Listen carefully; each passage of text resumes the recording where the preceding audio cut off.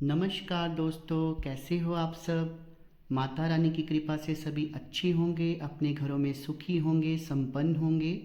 और साथ में आशा करता हूँ कि जो मार्गदर्शन बीच बीच में मैं अपनी वीडियोस बनाकर देता रहता हूँ, हालांकि मेरे पास समय कम होता है और मैं इतनी वीडियोस नहीं बना पाता हूँ, पर जितनी भी वीडियोस बनाता हूँ उसमें कोशिश करता हूँ कि जो व्यक्ति अपनी आध्यात्मिक उन्नति करना चाहते हैं उनका सही मार्गदर्शन हो।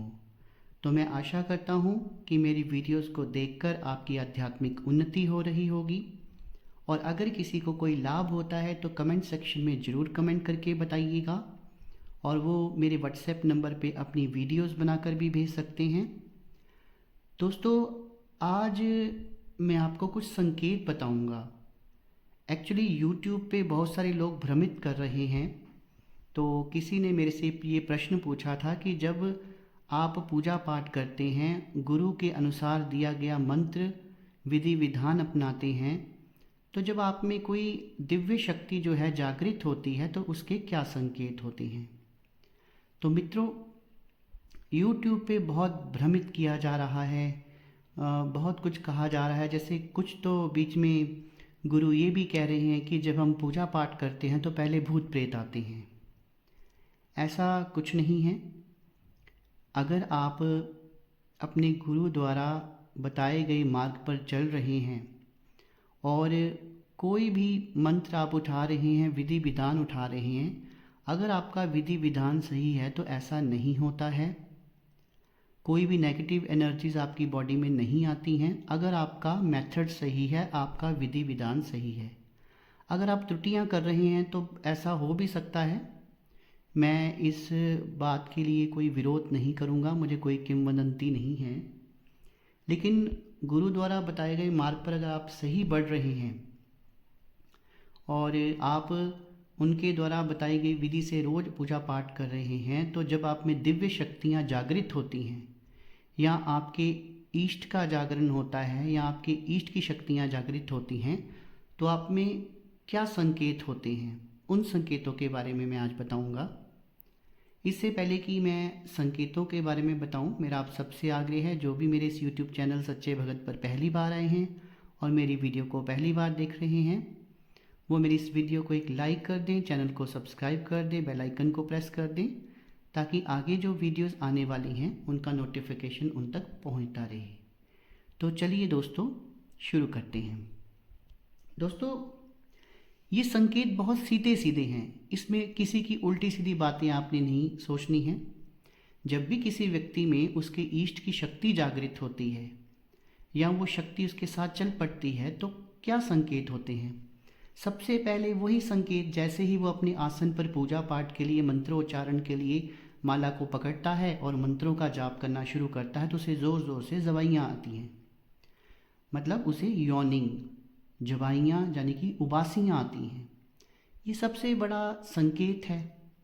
और अब इसमें कोई बोले कि ये नेगेटिविटी निकलती है, तो जब आप मंदिर में बैठे हैं और गुरु ने आपको मंत्र दिया है, आसन आपका पवित्र है, पूजा घर पवित्र है, तो वहाँ नेगेटिविटी का तो कोई सवाल ही नहीं है।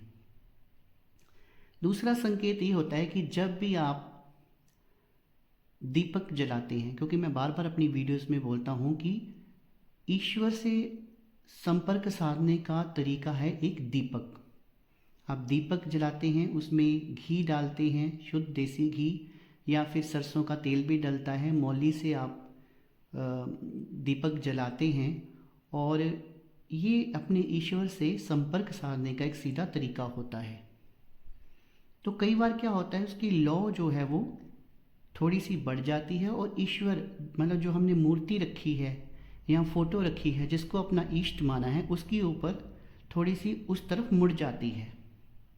तो ये बहुत बड़ा संकेत है। और इसके साथ साथ एक संकेत ये भी होता है जो कि बहुत सारे भगत मुझे व्हाट्सएप करके भी बताते हैं कि गुरुजी दीपक में पुष्प बन गया है। कभी पुष्प बन जाता है, कभी वो हाथी की आकृति ले लेता है, कभी गणेश की आकृति ले लेता है, 33 कोट देवी देवताओं की वो आकृति लेता है।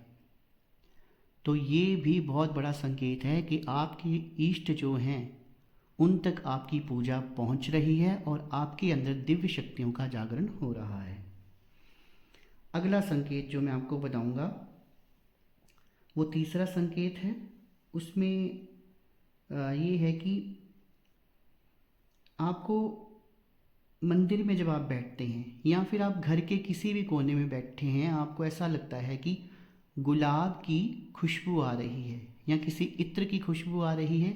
या फिर दोस्तों जैसे कई बार क्या होता है कि जैसे हम अ, बरसात का मौसम आता है, उससे पहले गर्मी का मौसम होता है, तो पहली बारिश जब होती है तो मिट्टी में से धीमी धीमी खुशबू आती है। जब इस तरह की खुशबू अगर आए तो आप समझ लीजिए कि आपके घर में देवताओं का वास है। लेकिन वहीं अगर आपको उसकी जगह बदबू आए तो इट मीन्स कोई नेगेटिविटी आपके घर में। तो अगला संकेत जो मैं आपको बताऊंगा वो ये है कि कान में जिस व्यक्ति को ईश्वर की कृपा प्राप्त हो जाती है, कान में ध्वनियाँ आना शुरू होती हैं। कई बार तो ऐसे लगता है कि उसके नाम से ही किसी ने आवाज़ लगाई है। कई बार मधुर संगीत सुनाई देता है, भजन सुनाई देते हैं। ईश्वर या इष्ट जिसके मंदिर में आप जाते हैं उसके मंदिर की घंटियाँ सुनाई देती हैं। तो ये भी बहुत बड़ा संकेत होता है। अगला संकेत जो मैं अब आपको बताऊंगा वो ये है कि जब आप आसन पर बैठकर ध्यान लगाते हैं, जब पूजा पाठ करते हैं, तो होता क्या है कि अचानक से हवा का झोंका आता है और कई बार वो झोंका इतना ज़्यादा होता है कि कमरे की जो पर्दे होते हैं वो भी हिलना शुरू हो जाते हैं। तो ये भी बहुत बड़ा संकेत है कि ईश्वर की कृपा आपको प्राप्त हो रही है, आपके अंदर दिव्य शक्तियाँ जो है वो जागृत हो रही हैं। फिर स्वप्न की बात कर लेते हैं। जब व्यक्ति सोता है तो उसे कोई भी बुरे सपने नहीं आते हैं, उसे ईश्वर के सपने आते हैं। कभी उन्हें कान्हा दिखते हैं, कभी उन्हें भगवान शिव दिखते हैं, कभी माता काली के दर्शन होते हैं, कभी माता दुर्गा के दर्शन होते हैं। और वो स्वप्नों में उनके सिद्धपीठों में घूमता रहता है और कई बार वहाँ पे सिद्धपीठों में भजन कीर्तन हो रहे होते हैं, वहाँ बैठा होता है। और ज़्यादातर सपने में कई बार अपने गुरु भी दिखाई देते हैं। तो इस तरह के सपने होते हैं पॉजिटिविटी के, मीन्स आपके अंदर दिव्य शक्तियाँ जो हैं वो जागृत हो रही हैं। अगला और आठवां संकेत जो मैं आपको बताने जा रहा हूँ वो है कि व्यक्ति जो ईश्वर के काफ़ी निकट होते हैं या जिनका पूजा पाठ बिल्कुल सही दिशा में जा रहा होता है, उनका ब्रह्म मुहूर्त में आँख खुलती ही खुलती है। और जिस व्यक्ति के अंदर नेगेटिविटी होगी उसकी कभी भी ब्रह्म मुहूर्त में जाग जो है वो नहीं खुलेगी। ये भी एक बहुत बड़ा संकेत है। अगला संकेत ये है कि मंदिर में आप बैठे हैं, पूजा पाठ कर रहे हैं, आपने भगवान की मूर्ति के ऊपर कुछ पुष्प चढ़ाए हैं और कई बार क्या होता है कि अचानक से वो एक पुष्प आपकी गोदी में आ गिरता है या कई बार मूर्ति या फोटो ही नीचे गिर जाती है। वो भी नेगेटिव साइन नहीं है कि आप सोचे कि फ़ोटो गिर गई तो नेगेटिविटी आ गई, ऐसा नहीं है। ये दोनों ही पॉजिटिव साइन हैं। फूल गिरता है तो आपको उस फूल को अपने मंदिर में रख लेना चाहिए, किसी लाल कपड़े में लपेट कर, और उसकी भी आप पूजा अर्चना कर सकते हैं। और अगर फ़ोटो गिरती है तो उसे अच्छी तरह साफ़ सुफ करके फिर वैसे ही लगा दीजिए, ज़्यादा कुछ करना नहीं है। पर ये एक संकेत होता है कि ईश्वर की हमारे ऊपर कृपा है और उस फोटो की आप पूजा करते रहिए, आपके मंदिर में वो जरूर होनी चाहिए। अगला एक संकेत देखने में आया है कि जिस पर ईश्वरी कृपा होती है उस घर में चिड़ियाँ जो हैं वो बहुत आती हैं। कई बार तो वो घोंसले भी बनाती हैं, बाकी पक्षी नहीं, पर चिड़ियों का आना जो है बहुत शुभ होता है। अगर वो आपके घर के अंदर घोंसले बनाती हैं तो बहुत शुभ होता है। और अगर आप दाना डालें तो वो दाना वगैरह खाएं, जहाँ आप जो भी खाने के लिए डालते हैं वो खाएं, तो ये बहुत ही अच्छा संकेत होता है ईश्वरीय कृपा का। और कई बार कबूतर भी आ जाते हैं और कबूतर कई बार हमारे ऊपर बीट देते हैं, तो वो कई लोग बोलते हैं कबूतर अच्छे नहीं होते, नेगेटिविटी होती है। ऐसा नहीं होता। कबूतरों का आपके ऊपर बीतना भी एक बहुत शुभ संकेत है कि आपका पूजा पाठ जो है वो सही दिशा में जा रहा है। आपके ऊपर ईश्वरीय कृपा है और आप में दिव्य शक्तियाँ जो हैं वो जागृत हो रही हैं। ऐसे तो बहुत सारे संकेत हैं। एक आखिरी संकेत आपको मैं बताना चाहूँगा, जो 11वां संकेत है कि जो व्यक्ति पूजा पाठ करता है उसे कई बार प्रकाश पुंज दिखाई देता है, या फिर कई बार अपने ईश्वर की आकृति सफ़ेद रंग की आकृति दिखाई देती है। तो ये भी बहुत बड़ा संकेत होता है। कई बार ये आकृति उसे आज्ञा चक्र पर दिखाई देती है, प्रकाश पुंज आज्ञा चक्र पर दिखाई देता है, और कई बार उसको लगता है कि उसने अचानक से किसी तेज़ प्रकाश को देखा है। मान लीजिए कोई कमरा है, उसमें बिल्कुल अंधेरा है, जैसे आप उसमें ट्यूबलाइट जगाते हैं तो प्रकाश हमें एकदम दिखता है।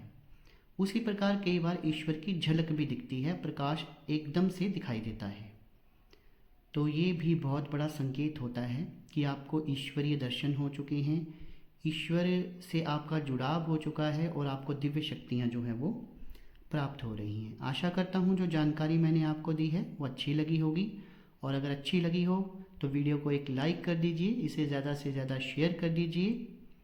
आप लोगों ने अपना कीमती समय निकाला, मेरी वीडियो को देखा, उसके लिए बहुत बहुत धन्यवाद। शुभ रात्रि मित्रों।